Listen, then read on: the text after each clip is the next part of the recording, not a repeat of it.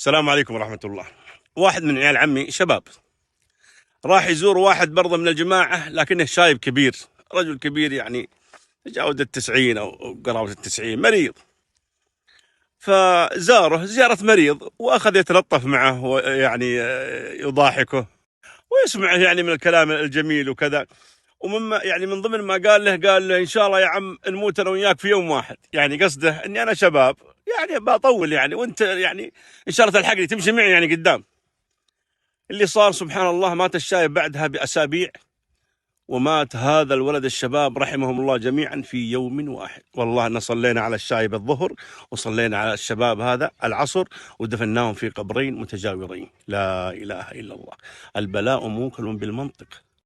قالت امرأة فرعون: قرة عين لي ولك. فقال: أما لك فنعم، أما لي فلا حاجة لي به.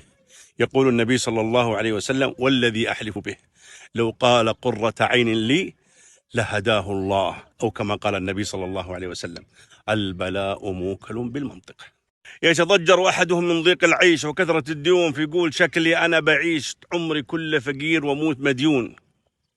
انتبه، البلاء موكل بالمنطق.